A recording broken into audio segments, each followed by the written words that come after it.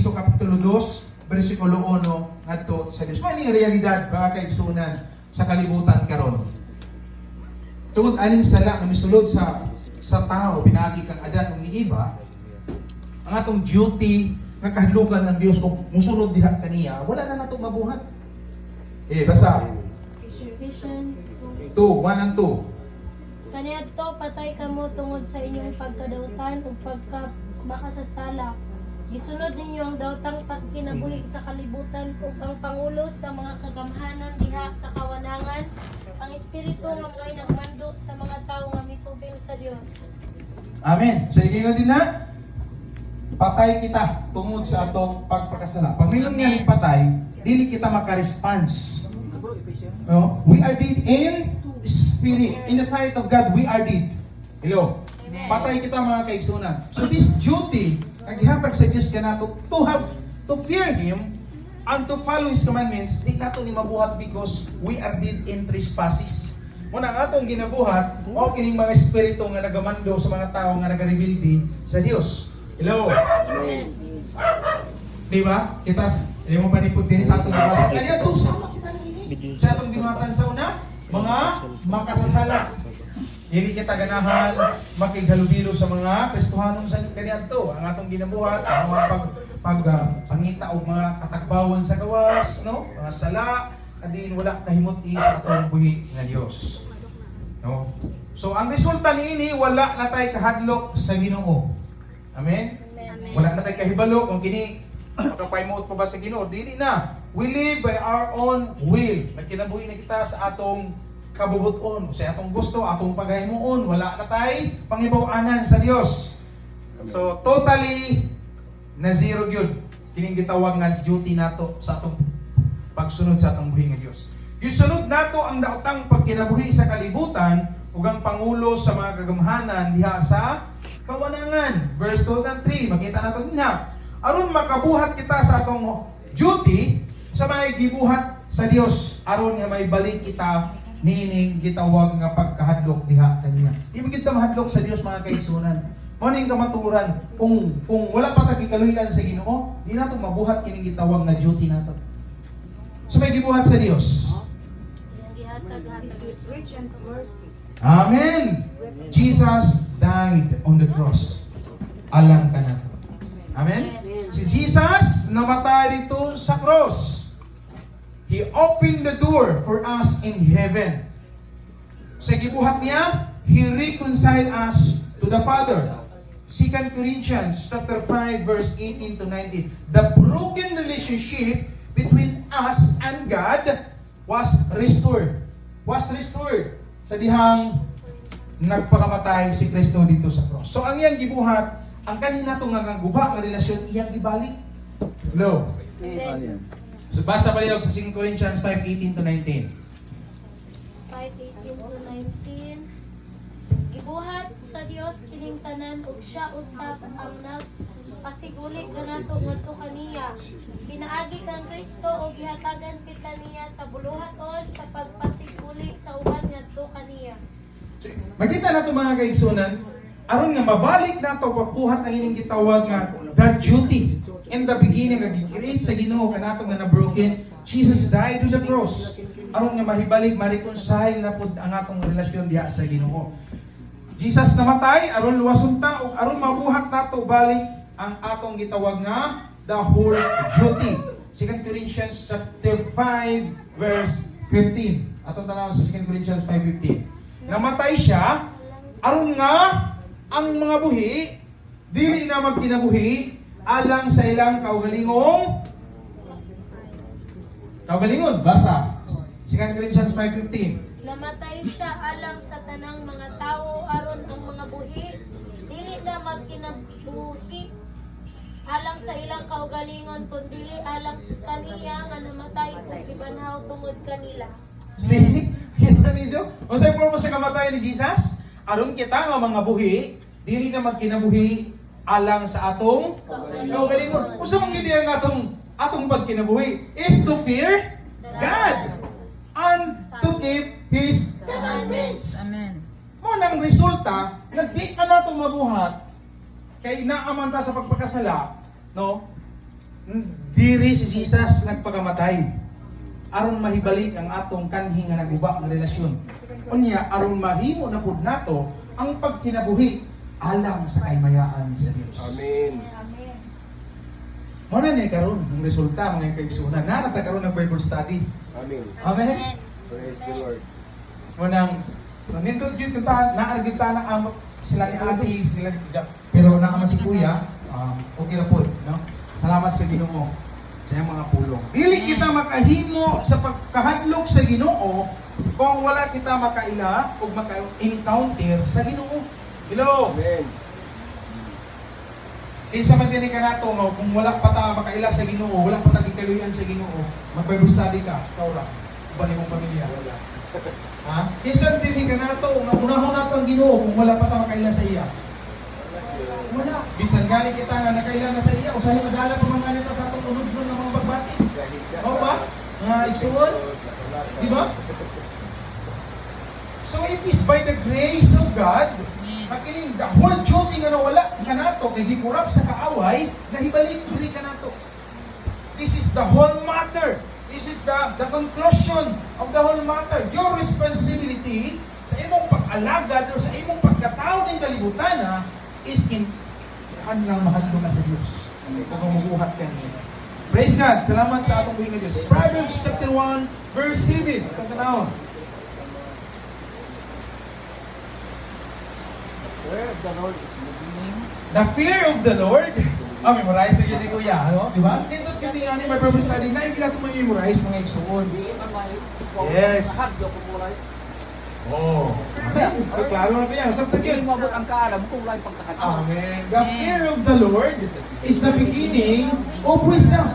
Kung atong sa pagpagnayo, kung wala ka makaila sa Diyos, or kung may kaalam nga gihatag ang Diyos kanimo, kung wala niyang mga pulong nga magatudlok kanimo, di ka makapatudlok ka hadlok sa Diyos. Amen. Hello. Amen. Hallelujah. Dili kita Ang isa glory mga kaigsunan, sa tao o sa Diyos? Hallelujah. Sa Diyos. Unang nindot yun ang gibuhat sa Diyos. Why we need to fear God?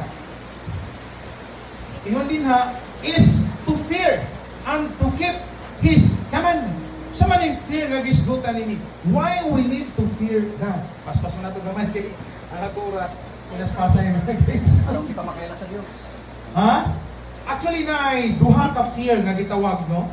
Sa mga tao. Na ay gitawag nga the unbeliever fear and the believer fear.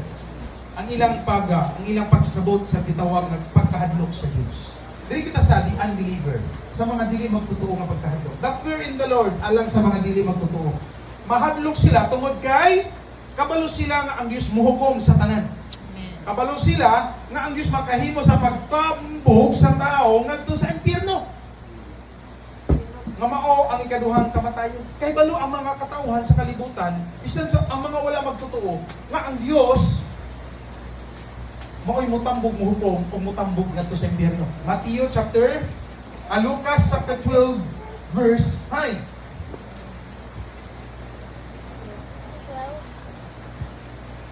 Verse 5. Luke 12:5.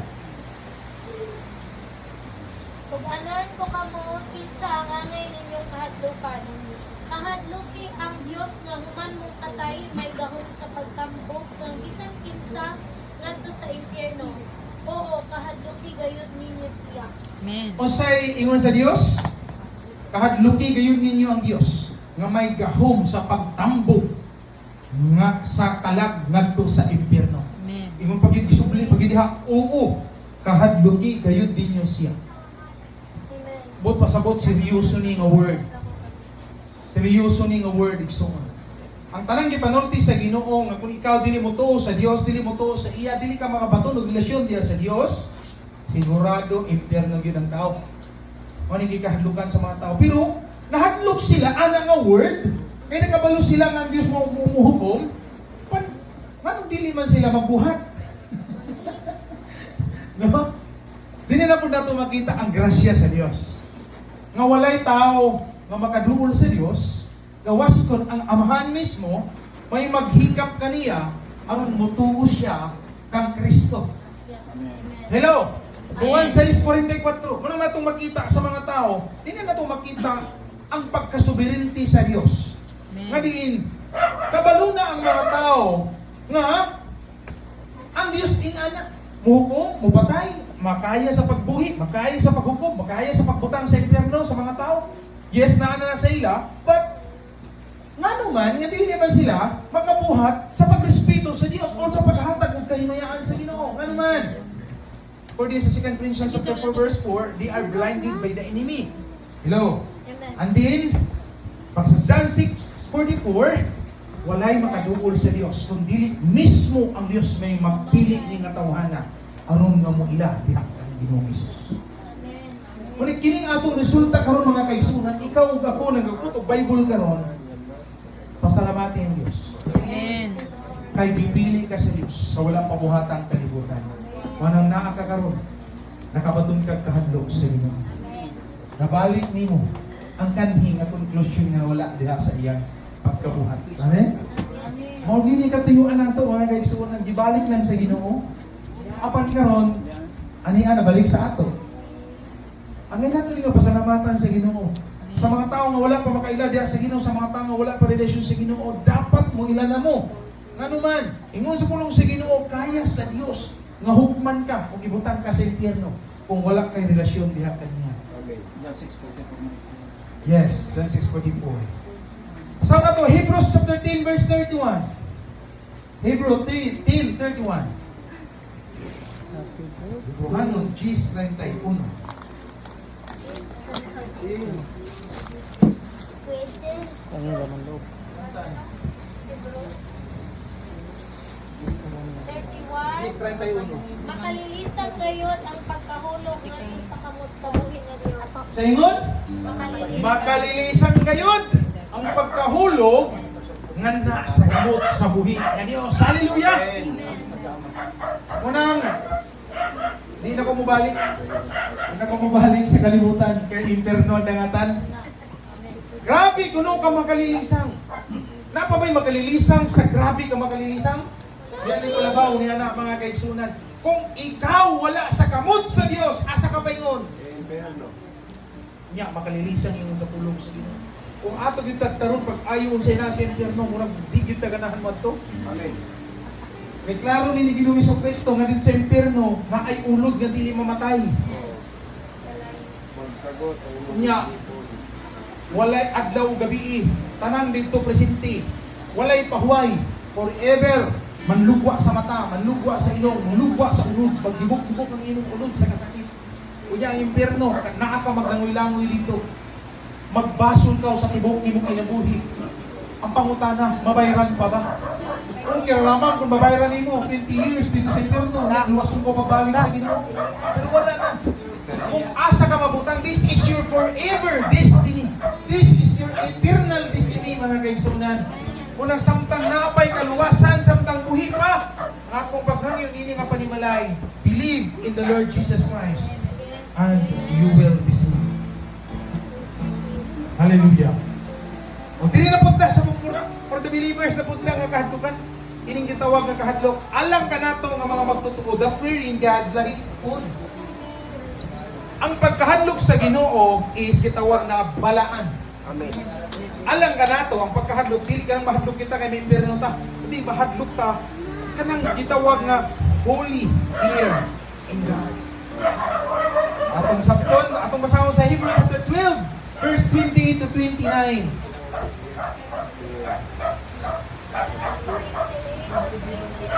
Yes.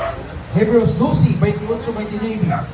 Usa, magpasalamat kita kay nakadawat man kita og ingharian nga dili gayud magmatayog. Magpasalamaton kita og simbahon ka ang Dios sa kaagi nga nakapahimuot kaniya ug ang pagtawag og kahadlok kay ang atong Dios sama sa kalayo nga mosulong. Wow! Hallelujah! Amen. Magpasalamat kuno kita kay nakadawat kita og gangharian nga dili matayog. Amen. nga gihatag kanato sa Dios. This is enough for us nga magpatuntag kahadlok sa Ginoo o pagtahod diha kaniya kay ang Dios nga atong gialaagaran maayo nga Dios. Hallelujah. Buotan nga Dios. Praise Nga the instead Lord. na kita mo ilansang sa cross, Amen. siya mo'y nagpalansang nito sa cross. Aron nga kita makabaton og kahadlok sa Dios. Amen. Ito palakpakan ng Diyos mga kaisunan. Wow! Grabe ka nito. Una-unauni mo, He give us the kingdom that cannot be shaken. O ang naghari, ang Diyos nga buutan. Hallelujah. Ang maayo nga Diyos nga makasabot sa tanang pagbatik nato mga kaisunan. So may mong gibati ron igsuon na Diyos nga makasabot ka nato. Una, kita nga mga magtotoo. Dili ta mahadlok kay silutan ta. Yung napulong sa Ginoo sa Roma 8:1, wala ni pagsilot ta ni adtong naiusa kang Kristo. Amen. Kita nga mga magtotoo, dili na ta paginhukman sa silot. Ang ato is mao nga tagaan tag rewards sa Ginoo. Hallelujah. Dili ta silutan kay si Kristo na ang nagtubos kanato. He paid everything on the cross for us. Gibayran sa Dios ang atong mga kalapasan dito sa cross. In Romans chapter 8 verse 38 to 39, walay makapahimulag kanato gikan sa gugma sa Dios. Ni ana pa mga kaigsunan nga kabaturan, dili ka mahadlok sa Dios. Dili ka kaha mo respeto sa Dios sa iyong pagkamaayo sa imong kinabuhi. Hallelujah. Kung masabtan gid mo bitaw, ingon bitaw ang Proverbs 1:7. The fear of the Lord is the beginning of wisdom. Ang tao na kinahanglan og kaalam ug kahibalo, aron siya makaila, aron siya makabaton og kahadlok sa Ginoo. Kaya kung di ka makaila, wa ka kasabot sa gibuhat ni Kristo dito sa cross. Wa ka kasabot sa pamaagi sa Dios to love you and to give you eternal life. Hangtod karon igsuon, magduha-duha ka kung di hugma ba ka sa Dios. Pero kung nasabtan yun nimo totally 100% or 1,000% ang hugma sa Dios diha kanimo, karon dayon mohila ka, magpasalamat ka sa Dios. May relasyon ni sa birthday. Gusto na din. No? Kay klaro na to, ang kinabuhi ni gihatag ka nato, ang katayuan ni is to fear God and to keep His commandments. Una, gusto na din sa iyang adlaw nga natawhan karon, reminder lang na nataw ka, dungagan ka sa Ginoo kinabuhi, aron nga magpabiling ka nga madlukon sa Ginoo. Ug aron nga serbisyohan nimo siya nga walay gitawag nga kondisyon. Amen. Hallelujah.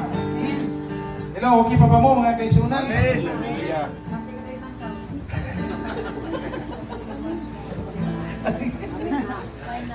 Hey, kanindot pa ka na, pero ninuras ka na may... No? Oh, hapit namang gitpot ko. Kaya na lang. Okay. Ang balaan nga pagkahadlok o pagtawad sa Dios, ang sakto nga meaning alang sa mga magtotoo.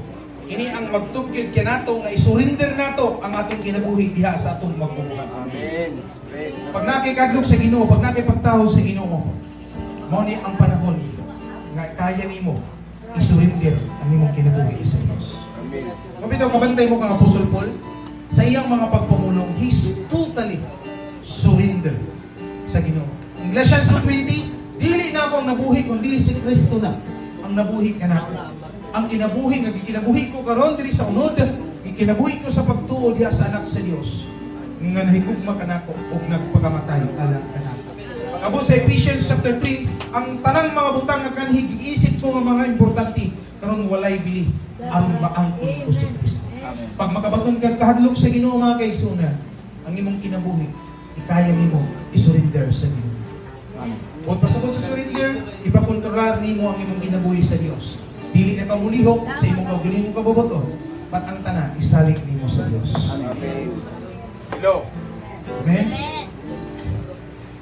Start to love God with all your heart and start following the commandments of God. Sama sa gingon sa kasulatan sa John 14:15, if you love me, keep my commandments. Higugma ba ta sa Dios? Amen. Hallelujah. Nagtahog ba ta sa Dios? Amen. Praise the Lord. Amen. Salamat sa Ginoo. So stop wasting your time sa mga butang ni kalibutan na. sa pagpangita o kalipay o katagbawan ini sa kalibutan tungod kay the conclusion sa tanang butang is to fear God and to keep His commandments. Amen. Mutindog ta tanan mga kaigsunan in the judgment seat of God. Sa panahon sa paghukom, pag-abot sa verse 13 sa Manindog kami. Oh. manindog tang tanan. And Ecclesiastes chapter 12 verse 13, verse 14, hukman sa Dios ang tanan tang buhat. Amen. Buhat sa tinago o buhat nga dayag. Manang wala tayo tago diha sa Dios. Manang karon, no mga kaigsunan, I hope nga nasabtan ninyo ang pulong sa Ginoo. Nasabtan ba ang pulong sa Ginoo? Amen. Murag wala man. Nasabtan ba ang pulong sa Ginoo? Walay ko ng Diyos. So, di na ko na kumaglangan kay oras na. Salamat sa Ginoo. Sige, pangutan na yan. May Bible study man eh. Usa ka butang nga matagilisan ang pagkahulog. Mga kamot sa Diyos. Ang kay anak ang kuha dito na mo daw. Nahulog, hulog subad sila. Bisan mga rin yung mag-interpret na mo daw. Ang pagkahulog sa mga kamot sa Ginoo.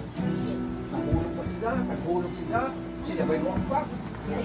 Amo daw na, ay sa kapangutan, kaya ito sa ng iban, sila ay kung ambak, no? Ano kasi naman sabi ko sa inyo, di ba? O, para maklaro pa so, kung hindi ka ba daw, sinabay ka doon, Saan sa Ginoo na wala na yung makaagaw sa ato gikan sa iyo. ay, andili, anak ko tayo doon, ang pagkahulog sa Ginoo, para masabta natin kung uno ba gagawin sa dami, masabot. Amen. Okay. Ngani, sa Romans 3:23, nakasala ang tanan og nahilayo sa Dios. Kani adto nata sa kamot sa Dios, pero sa diya nakasalata, ano ta ang panahon niya nahulog ta sa kamot sa Dios. Kaya yung napulong si Ginoo, makalilisang ang pagpahulog ng kamot sa Dios. Yes, Ginoo tungod kay ang mismo ko nagtungula siya mga kamot. Kita nagkikalian sa Dios, ingon siya dito, naana ta siya mga kamot. Gawiran ta siya mga kamot, ug wala dahil makaagaw kanato gikan sa iyang mga kamot. Iskutan dito nga mga tao nga mahulog gikan sa iyang mga kamot sa mga tao nga nagadumili sa pagsunod sa pagtulong sa Dios. Mga tao nga wala midawat sa kamatuoran. Nagitawag sa 2 Thessalonians ang mga tao nga malibungan tungod kay sila ang pagalaglagan. So dili na para sa mga believers. Nga kung ikaw believers, yun tayo mo ang pag-ambak sa kamot sa Diyos, kaya mo no. You have no power.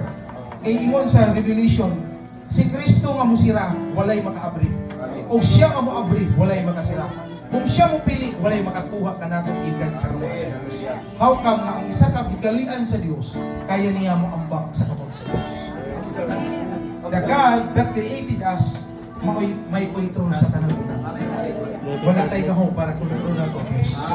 O God be the glory, nato tayo ang hindi mo na daw, hindi mo na sakta ng kulong siya. Nakasabot ako sa pagkakaw nila yung mulaw na ako daw sila na Sa mga unbeliever na siya, hindi na alam na natin. So, Loto ka mo. makamputa sa kulong sa Ginoo. Balaan nga Diyos, dalay kami ikaw sa ulit na person. Nagpasalamat kami sa kaigayunan na kami makatuon sa mga pulong ko. Salamat sa kahibalo, sa kaalam, yung bihatag ka na mo. Lord, to fear you, O God, and to keep your commandment. Lord, thank you for your grace. Thank you for your mercy. Thank you for your love. May maghihatag ka na mo. At Lord, nahibalik, Lord, ang among pagkahadlok kanimo ug ang among ikuha sa pagsunod diha kanimo Dios. Because yun yung mga pulo sa mong gitunan, this is the conclusion of the whole matter. To fear you and to keep your commandment, Lord. This is the whole duty of mankind, Lord. Alam ka na mo, mapini ang katuyuan na nabuhi kami ni kalibutan, Lord. Ang Yes, to Lord. give you glory, Jesus. Salamat, Lord. Na kaming tanan na niya nag-blessing mga pulo.